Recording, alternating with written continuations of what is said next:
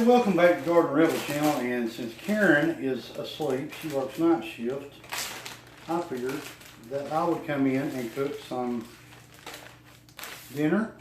And I'm going to have fried cabbage, we've got pinto beans, cornbread, some fresh zucchini, and some fresh squash. Thank goodness I got those out of the garden before the flood hit. So, start out with my pan.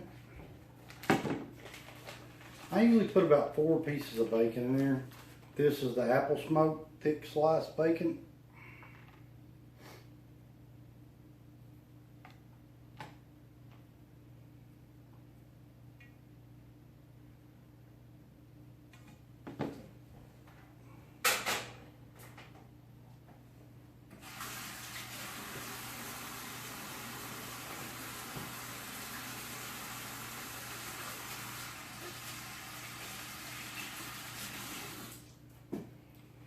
I always wash my hands after handling pork. A lot of people don't, but I'm just really picky about that. Alright, I'm going to slice my cabbage up.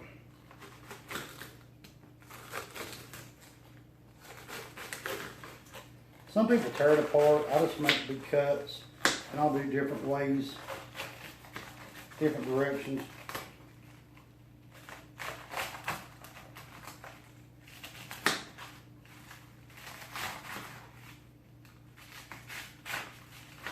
That'll be just fine like that.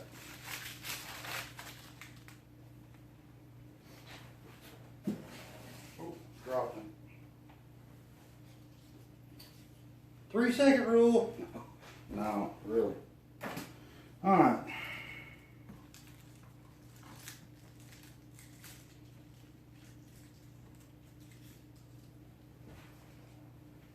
Let's go ahead and chunk that in there. Slice me up some zucchini. Right. Let me grab my shaker bag and I'll be right back. Alright. Just 1 gallon freezer bag is all I got. And I've got some corn milk, buttermilk and rich cornmeal. Put the drop in the bag.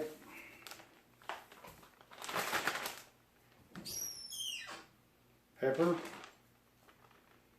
I know y'all are looking for a measuring cup. You're not going to see it. Karen measures everything out. I don't. Hey, when I'm shaking like this, am I jiggling? You gotta have a sense of humor. After everything we've been through the last 2 days with this garden, the flood, and you know it's raining again. Sweet potatoes got uncovered. Potatoes were uncovered. So, you know, what can you say? Now here's a little thing that I like to use. It's Montreal steak seasoning. For some reason I put it in everything.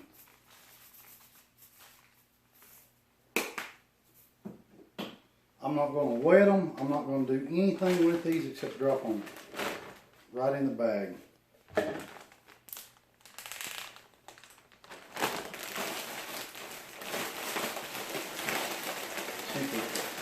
Simple, simple, simple. Work around, get you a good coating.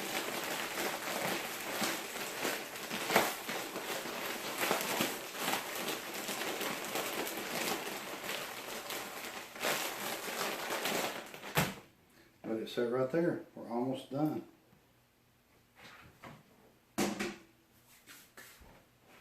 Next thing, I gotta rinse my bowl out.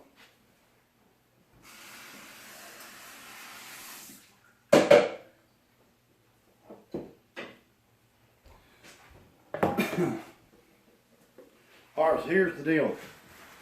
For the next thing I'm going to make, you may want to turn your head if you have a cholesterol problem.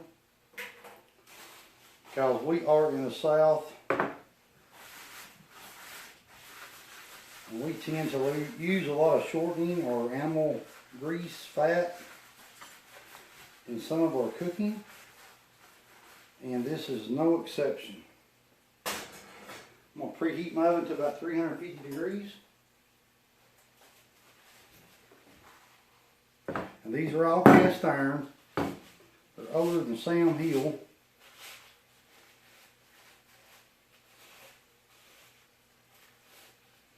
And you just really have to get them coated really good or they will stick.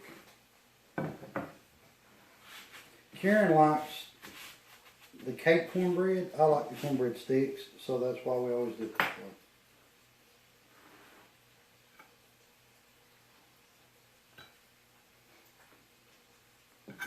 You don't need a lot of grease because we're actually going to put it in the oven and let it heat up and melt in the cast iron. Then we'll put our cornbread mix in there.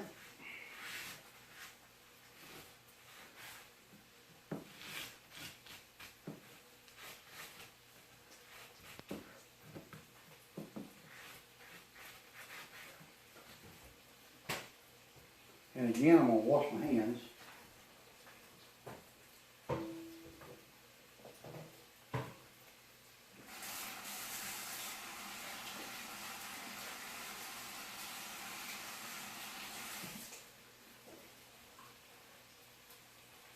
We're going to slide that right into the oven, let it heat up.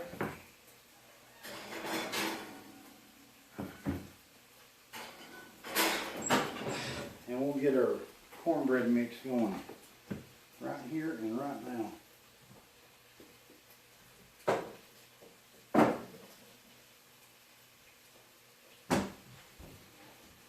Right.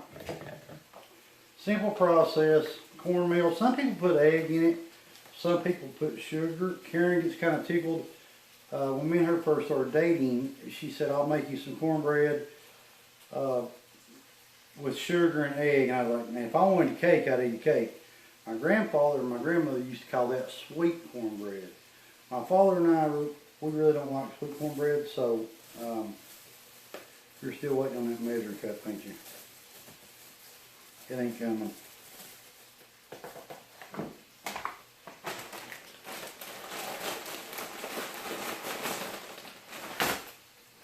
Bacon grease.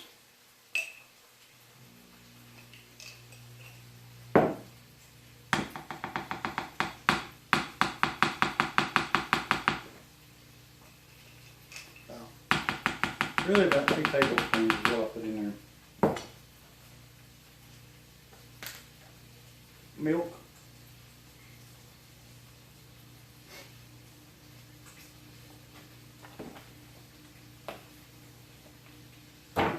Then we stir it up.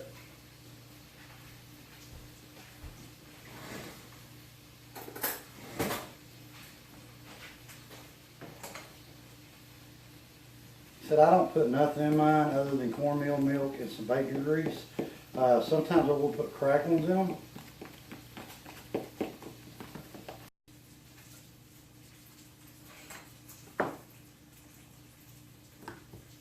I like it where it just starts to come off the fork just a little bit.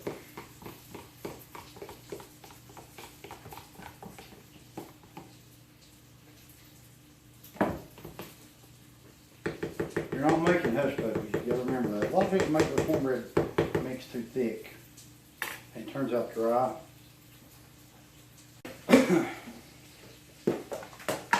While our bacon's frying, I'm actually gonna throw some sliced up onion in it.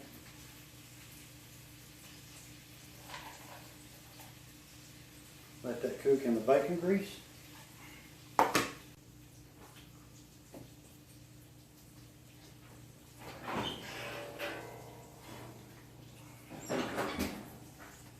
Already hot. Make sure you got your oil really good and coated on there. Simply just pour your mix in.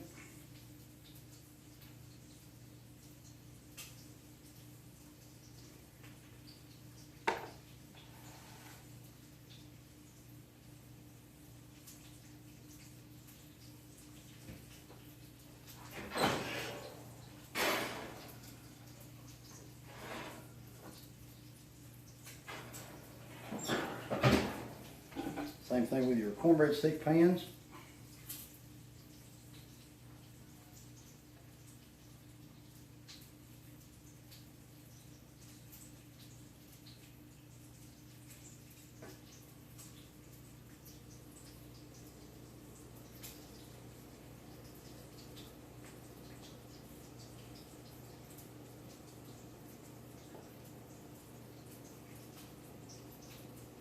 And of course I'm making a mess like most men do in the kitchen.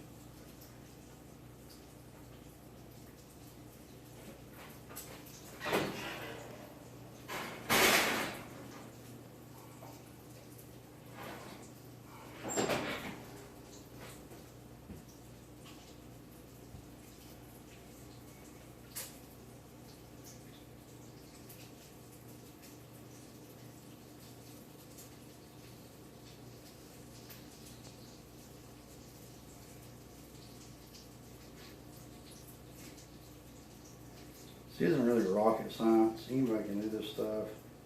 I don't know why more men don't cook. I love to cook. My dad is an excellent cook. I wouldn't say I'm an excellent cook. I can get by. I won't starve.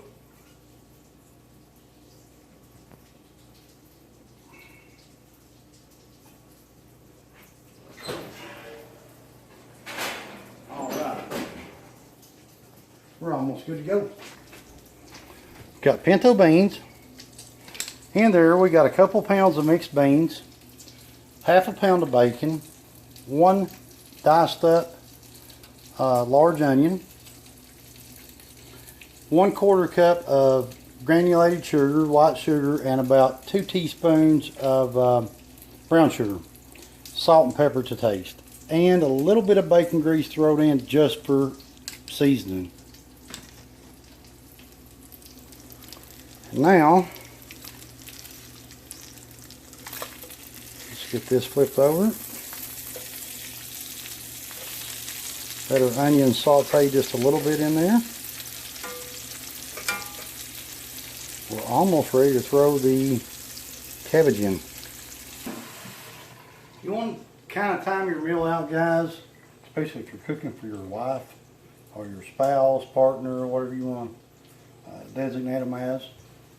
Because nobody likes cold bread or cold vegetables, so you got to kind of time it all at the right time, which it takes a while for the cabbage to cook down, and cast iron heats up really fast, so it actually cooks a little bit quicker than conventional stuff if you get it preheated.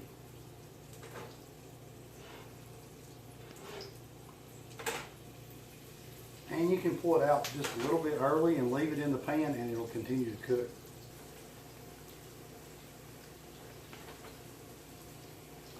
Maybe the flooding of the garden was the good Lord's way of saying, hey man, you need to cut off all the grease. We need to put you on hiatus for a while. Alright. Our cabbage is starting to cook.